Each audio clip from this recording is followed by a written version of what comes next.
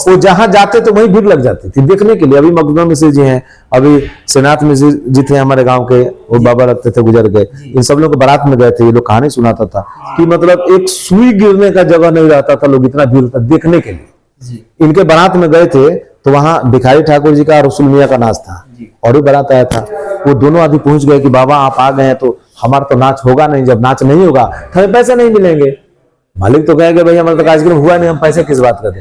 तो बाबा की मजबूरी हो गई, 2 घंटे वहां पर बैठे, एक आध गीत गाए, गा करके वहां से जल्दी चले गए कि भाई इन लोगों को पैसा नहीं मिलेगा। भोजपुरी फिल्म में यश कुमार के माध्यम से एक फिल्म बनी जिसमें अभिनय किए हैं, क्रांति 1924, क्रांतिकारी 1924। तो उसमें जो रोल किया गया है महेंद्र बाबा से संबंधित, तो क्या आपको लगता है कि वो पूरी कहानी नहीं, वो पूरी कहानी देख, एक उन्होंने अब बनाया है उन लोगों ने, एक उन लोगों ने अपने तरह से अच्छा प्रयास किया है। बन तो नहीं पाया है अच्छा, लेकिन उन लोगों ने अच्छा बनाने का प्रयास किया है। हम उसे थोड़ा मतलब मान के चले कि महेंद्र बाबा का 2-4% जीवन को उन लोगों ने समेटने का काम किया। 100% नहीं 100%। और एक और बात है, उसमें जो नाम है, उसमें महेंद्र बाबा के रोल में जो किरदार प्ले कर रहे हैं यश कुमार जी, उनका मुन्ना बाबू नाम रखा। नहीं, ये तो मैं जानना चाहता हूँ क्या महेंद्र बाबा का उपनाम कुछ था? नहीं, उनका कोई उपनाम। उनका देखिए, महेंद्र बाबा को आज भी और पहले भी, या खुद भी उनको, जैसे नाम था उनका महेंद्र मिश्र, लेकिन भोजपुरी में लोग महेंद्र मिश्र कहते थे, और महेंद्र मिश्र कहलाना उनको अच्छा लगता था, लेकिन उनको कोई नाम लेके नहीं बोलता था। या तो लोग गुरु जी कहेंगे, महाराज जी कहेंगे, या कोई उनसे कोई बड़े हैं, ठीक है, वो महेंद्र कह सकते हैं, या महेंद्र मिश्र। तो महेंद्र मिश्र से उनको अच्छा लगता था महेंद्र मिश्र सुनना। महेंद्र मिश्र भोजपुरी में आ जाता है मिश्र, और यही लोकप्रियता। हाँ, इसी से लोकप्रिय भी है, इसी नाम से यही लोकप्रियता है उनके नाम। तो जो लोग अभी उनके बारे में रिसर्च कर रहे हैं या कहानी बना रहे हैं, तो आपको क्या लगता है कि सही एग्जैक्ट पता करके? देखिए, उनकी कहानी तभी संपूर्ण होगी जब वो लोग परिवार से संपर्क करेंगे, या जैसे ब्रिटेन वगैरह में भी, ब्रिटेन में तो इनसे संबंधित ज्यादा जानकारी है, वहां बहुत उसमें पेपर में निकला था, या उस समय का जो पेपर निकला हो।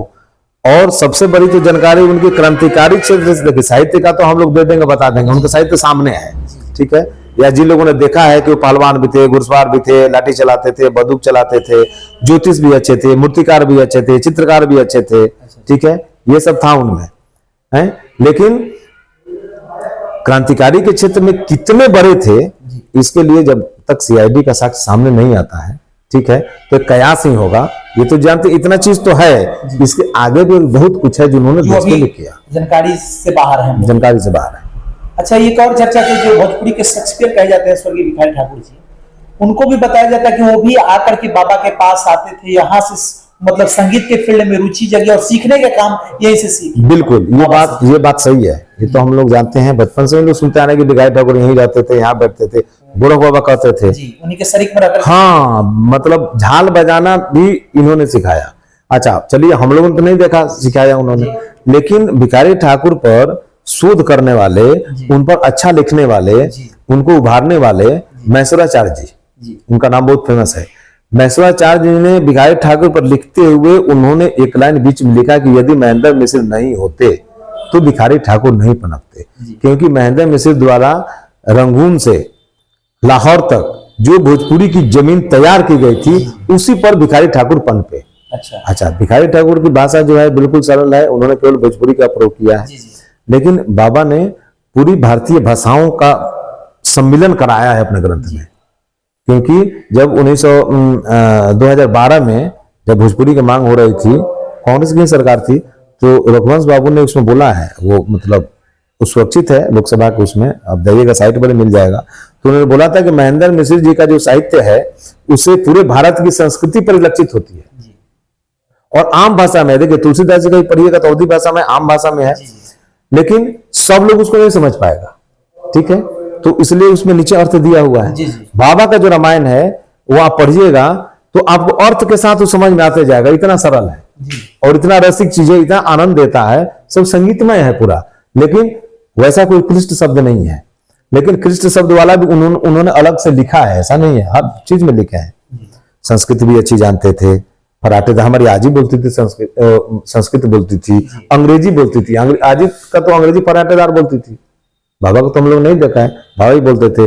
हिंदी हो, उर्दू हो, फारसी हो, अवधी हो, बंगला हो, उड़िया हो, नेपाली हो, असमिया हो, उसके बाद से आपका ये मैथिली हो, ब्रज हो, बज्जिका हो, अवधी हो, आपका मगही भाषा हो, मैथिली भाषा हो, सब में जबरदस्त पकड़। पंजाबी में पंजाबी राग का गाना भी लिखे हैं, बंगाली राग का गाना लिखे हैं।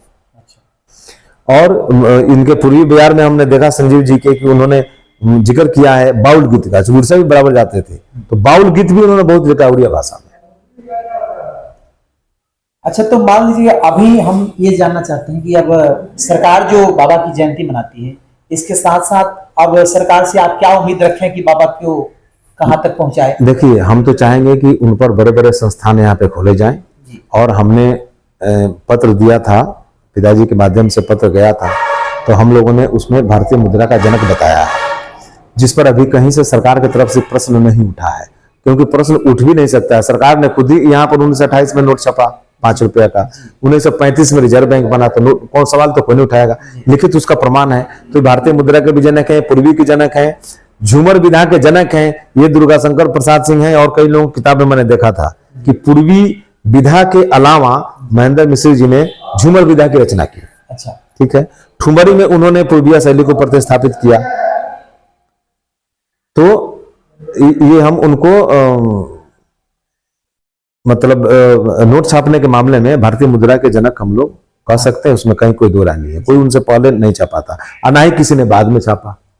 यदि बाद में किसी ने छापा तो देश के साथ फिर गद्दारी होगी। उन्होंने तो राजधर्म निभाया, अपना देश धर्म निभाया, देशभक्ति निभाई।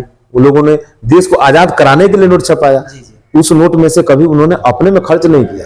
अच्छा, और कहीं भी पैसे लेकर के, जो आजकल जाते हैं ना कि आप फलाने का कार्यक्रम रखिएगा तो इतने पैसे लेंगे तब जाएंगे, आप उसमें कम ज्यादा जो फिक्स करके आएगा कोई, या एडवांस लेकर के आएगा और गाना गा करके चलेगा तो आपसे सारा बकाया पैसा ले लेगा।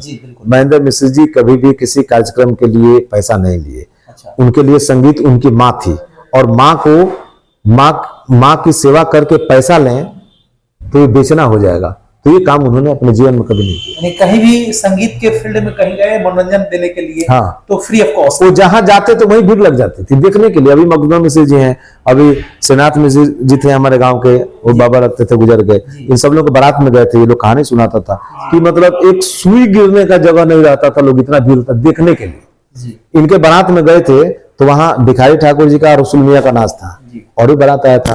वो दोनों आदमी पहुंच गए कि बाबा आप आ गए तो हमारा तो नाच होगा नहीं, जब नाच नहीं होगा तो हमें पैसे नहीं मिलेंगे।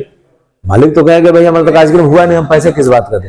तो बाबा की मजबूरी हो गई, 2 घंटे वहां पर बैठे, एक आध गीत गाए, गा करके वहां से जल्दी चले गए कि भाई इन लोगों को पैसा नहीं मिलेगा। और सारे लोग उस समय के जितने संगीत क्षेत्र के लोग थे, नाटक मंडली के क्षेत्र थे, नाच वाले थे, सब लोग आके कुछ ना कुछ सीखते थे, चाहे वो मास्टर अजीज हो या फागू बाबा हो, फुलेना सिंह जी हो, जितने लोग थे उस समय के, जो भी समय, सब मरने के समय तक जितने लोग आए सबको शिक्षित किए। एक बार वो जिस दिन जेल में गए उसके दूसरे दिन बनारस से एक नर्तकी आई, रामगढ़ के राजा के यहाँ प्रतियोगिता होता था हमेशा, ये ब्रजकिशोर मिश्र जी ने बताया था, उनका वो यूट्यूब पर भी है।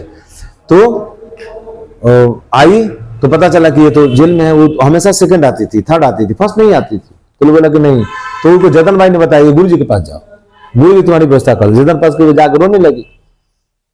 आई, बाबा जेल में थे, गई मिलने के लिए। बाबा ने जेलर से बोल करके और सामने वाले कोठे वाले को बुलाए, बुला करके बोले कि बेटी है, इसको सम्मान से अपने घर पर रखो, 15 दिन रखना है, ठीक है, इसके साथ कोई गलत दुर्व्यवहार नहीं होना चाहिए, नहीं तो मैं जेल में नहीं हूं, मैं बाहर ही हूं, ऐसा करके फिर वो बेचारा रखा। और जेल के अंदर से ही उसको 15 दिन में नृत्य सिखा करके और कंप्लीट किए, और जा करके फर्स्ट आ गए।